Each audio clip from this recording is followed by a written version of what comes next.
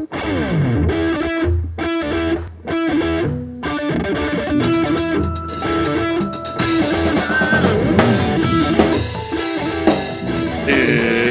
Gem City Tonight with Andrew Metakaitis, featuring Amy James and the Gems. Tonight's guest from the Dayton Beer Company, Patrick Timmons. From DPVA, Marilyn Balsamo. Yoga teacher, Katie Timmons. And comedian, Kevin Rupert. And now here's your host, Andrew Metakaitis.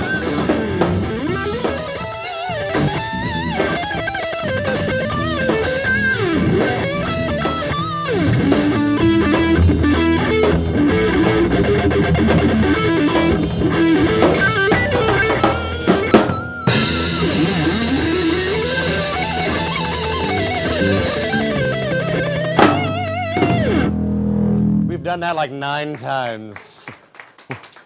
Thank you, and welcome to Gem City Tonight. I am your host, Andrew Metakaitis. This is our 5th episode. We made it to 5. If we were a kid, we'd be walking and kind of talking and throwing fits, which is kind of what I do.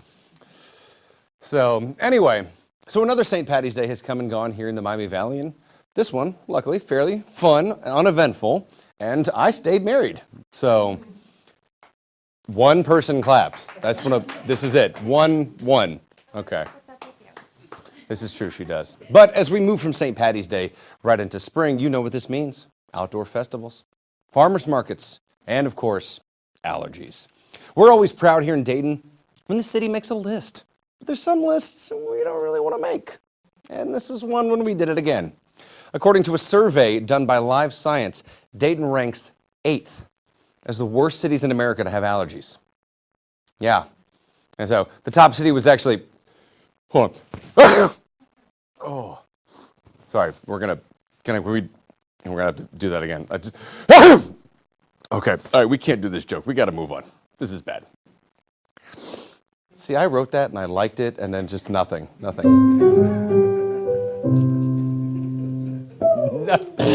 Wow. The entire band got involved. It was that bad. All right. I'm no longer allowed to write jokes. Oh. Anyway, March Madness is upon us, as we all know. And once again, Dayton decided to hold the first 4th, which was exciting. I actually got to go to the second round of games. But before we all watched, we decided to burn some cold, hard cash and fill out an NCAA bracket for March Madness. You guys fill out a bracket? Yeah. No? All right, Dan did? No? Yeah? Did you just do one? Some people do like 10. Did you one? Just one? Yeah, I just did one. Mine's, as of today, the 22nd, I'm out. But who's always in? Warren Buffett showed up with his annual offer. In an interview with CNBC last month, Buffett said that anyone of his company, Berkshire Hathaway, to accurately predict the Sweet 16. This is what he's changed. No longer a perfect bracket. Just the Sweet 16. You get $1 million for life. $1 million. Imagine that. I'm, 34? I know I look 50. But 34, live to be 74, assuming the bourbon kicks in. That's $40 million? Yeah, I'm okay with that. That's some walking around money. That's keeping the lights on. But Buffett said all you have to do is get through the first bracket to win $1 million. Assuming nobody else wins, at the same time, you split the $1 million if they do. But Buffett went on to be so generous and said, well, I'm also offer $100,000 as a consolation prize, so for the person who does their best. Really? Can I get $100,000 for doing my best? That's what the show is. Can I get $100,000? Ooh, are we using my name again? Hi, how are we doing? So the thing is, last year he had to split the $100,000 between 8 employees. But the year before that, 5 people lost on the last game. I mean, I cheer, and I have no money involved in this. Imagine $100,000. How pissed would you be?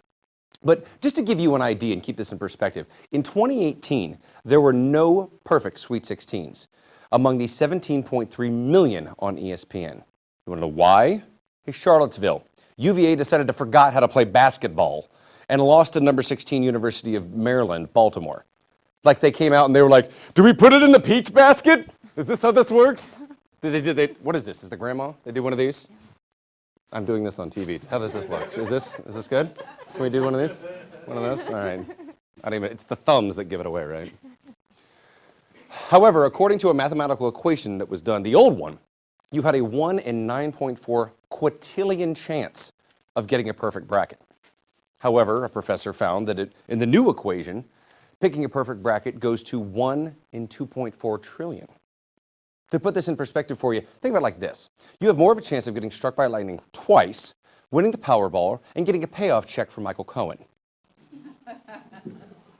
It's true. Don't lie. But that's not the most interesting part of the story. You want to know what it is? You know where the professor was who came up with this equation? Duke University. Yeah, the Blue, 19 national championships, the Blue Devils. Which actually, if you look Blue Devil up in the dictionary, the third term that comes down, which is interesting, not the 9th or the 10th, the third term.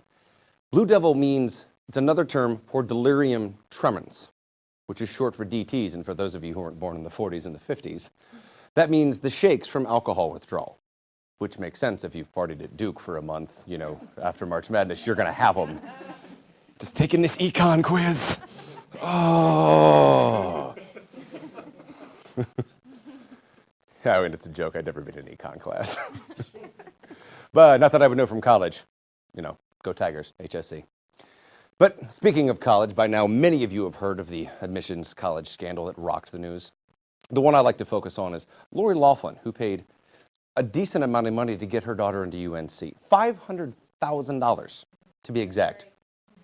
Or, you know, 41 Sinclair students if you're counting, to get her daughter into college. And the beauty of it is the mastermind behind all of this decided to turn both of Laughlin's daughters into rowers.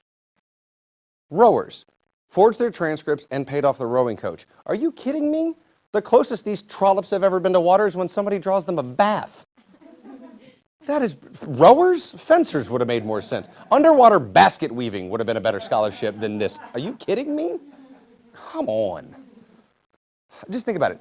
$500,000. Now, USC in a year is about 50 grand, which means give or take 200 grand, you got 300 grand to play with. And I would fork that over if Lori Loughlin would never do another Lifetime movie. I'm fine with it. Not like she's going to do one anyway, so I can keep the coin. So we're good.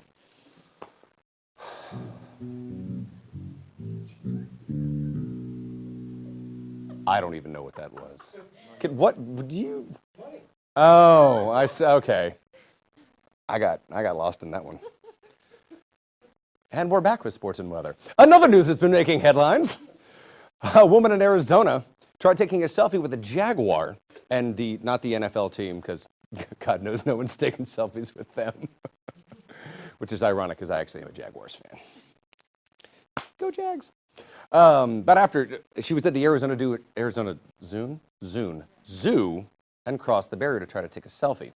The zoo, however, did say they sent their best wishes, however, sent some hella shade by tweeting out this, and I quote, "Please understand why barriers are put in place. Sending prayers to the family tonight. Smiley face." Wow!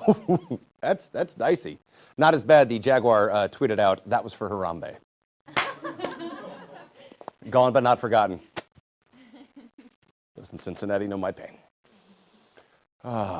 But the funny thing is, as I was researching this is nothing new. Since Alexander Graham Bell Snapchatted his assistant Thomas Watson down the hall, this has always been an issue. In a recent study, they found between 2011 and 2017 that 259 people, I'm going to say that again, 259 have died trying to take selfies. In 2011, that number, just 98 people. Yeah, just. However, 2014 saw a spike and then came back down in 2017 to 96 people. Now, the most interesting part of this whole statistic is 72% male. And number one way they died? Shark attacks. Seriously? You're trying to take a selfie underwater and the rest of us are telling you to get a bigger boat? Wow. How do you hop in the water and realize that light doesn't attract sharks? I'm just saying. Have you not seen, I don't know, Jaws, Deep Blue Sea, The Reef, Open Water, Jaws 2, The Shallows, In the Deep, Mega Shark, Bait, Jaws 3, The Meg, Ghost Shark, Red Water, Jaws 4, Great White, Dark Tide, Shark Tales, or any of the Sharknadoes? Actually ran out of hair. But seriously, how do you not get this? Oh. But the interesting thing is, that's not the most fun thing that's happening with phones. We do selfies, but a woman decided to take it to a whole new level. There's an unsung hero that's running around the streets of the US, doing artistry unbeknownst to just the gods. We only know her by her Twiddle handle. Twiddle? I've done that 3 times tonight. 3 times I've said Twiddle. Her Twitter handle, and please feel free to look it up, Dick Run Claire. I'm going to say it again. She gets it. Dick Run Claire. What she does is she runs around major cities like Atlanta, Chicago, and places in Jersey. And she turns on her GPS tracker, so the path of how she runs looks like, well, penises. Yeah, she's been doing it for 3 years. You can actually look at Twitter. She does different shapes and sizes. She does some that are Jewish, some that are not, some that are Asian, some that are black. For those of you who don't get that joke, talk to the person next to you. And if you're sitting at home, just explain it to them. Yeah. I'm just saying, if Dick Runclair is actually watching this, and if we can get it to her somehow, because I know we're live tweeting the show, I just want you to know that if you ever come to Dayton, I will join you in whatever you want to call the first run here. The twat trot, the clam hammer half marathon, or my favorite, the Rumple Foreskin Relay for Life. Whatever you want to do, we're totally jumping in. We're going all in. Those were the best ones. That's the best part. And finally, coming out of Maryland, a Breeze Hill farm truck overturned releasing over 8,000 bottles of ranch. Yeah. There was along the, I'm going to say this wrong, Little Conococheague Creek. Almost that right. A towing and recovery spent on the initial crash site 5 days plucking the bottles out of the near river. And reportedly, it drifted down onto other people's property. Now, the town that only has 398 people ended up ironically having 4,692 Uber Eats deliveries in 5 days. We got a great show for you. But first, Amy James and the Gems. 1, 2, 3.